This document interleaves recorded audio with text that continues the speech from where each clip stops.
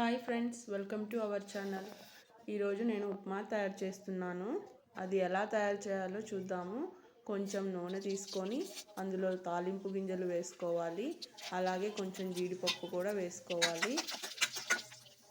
అవి కొంచెం ఫ్రై అయ్యాక పచ్చిమిర్చి వేసుకొని బాగా ఫ్రై చేసుకున్నాక అలాగే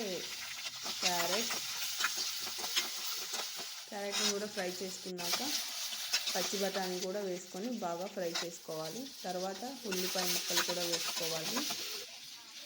తర్వాత టమాటా ముక్కలు కూడా వేసుకొని బాగా మగ్గనివ్వాలి. అవి కొంచెం మగ్గాక మళ్ళీ ఒకసారి కలుపుకొని ఆ తర్వాత ఒక గ్లాస్ రవ్వకి 2 గ్లాసులు వాటర్ వేసుకోవాలి. అందులో సాల్ట్ కూడా వేసుకోవాలి. అవి వేసుకొని బాగా మరగనివ్వాలి. మరిగిన తర్వాత కొత్తిమీర వేసుకొని రవ్వ కూడా వేసుకొని బాగా కలుపుకొని సన్నటి మంట మీద కాసేపు మగ్గనివ్వాలి. ఇంతే ఫ్రెండ్స్, మగ్గిన తర్వాత ఉప్మా రెడీ అయిపోయింది, గోధుమ ఉప్మా. ఈ వీడియో కనుక నచ్చినైతే నా ఛానల్ని సబ్స్క్రైబ్ చేసుకోండి.